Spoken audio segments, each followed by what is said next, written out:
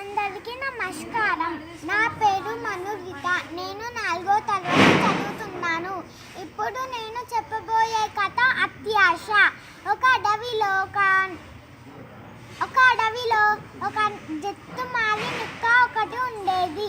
అది నక్కలు సాధారణంగా పులులు, సింహాలు, వేటి జంతువులు వెంటాడి తిన్నగా వదిలిన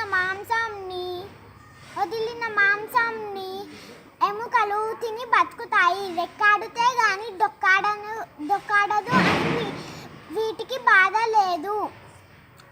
అటువంటి అవకాశం కోసం ఎదురు చూస్తున్న నక్కకు ఒక సువర్ణ అవకాశం లభించింది. ఒక వేటగాడు వెంటాడి చంపిన లేడీని భుజాన వేసుకొని వస్తూ బలిష్టంగా ఒక అడవి పందిని చూశాడు. గురి చూసి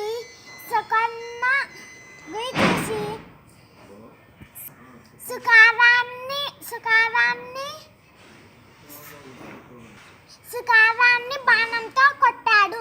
అది గురి తప్పి పందికి గాయం చేసింది. ఆ పెనుగుల ఆటలో పాము కూడా నల్లి నుగ్గు అయ్యి చనిపోయింది. నక్క ఎదురుగా చనిపోయిన పంది, పాము, లేడీ, మనిషి కళాభారాలు ఉన్నాయి. నక్క ఆనందానికి అంతులేదు. బోలిదంత మాంసం, మంచి విందు భోజనం, ఆహా ఏమి నా భాగ్యం, అదృష్టవంతుణ్ణి, చెరిపేవాడు లేడు అని మనసులో అనుకుంది. సరేలే, ఈ 4 మాంసం ఎప్పుడైనా తినవచ్చు. ముందుగా నరాలతో తయారు చేసిన వంటి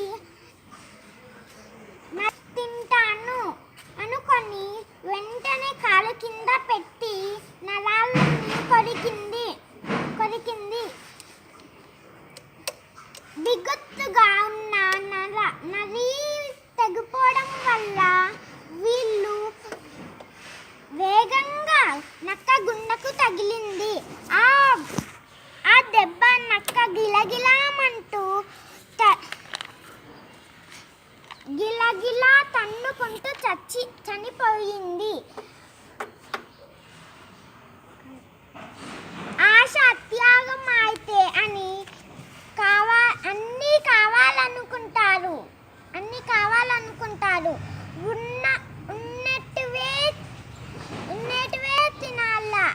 ఆ ప్రయత్నంలో ఆలోచన లేకుండా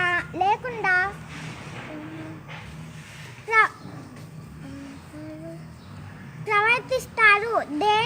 దానికి కొని తెచ్చుకుంటారు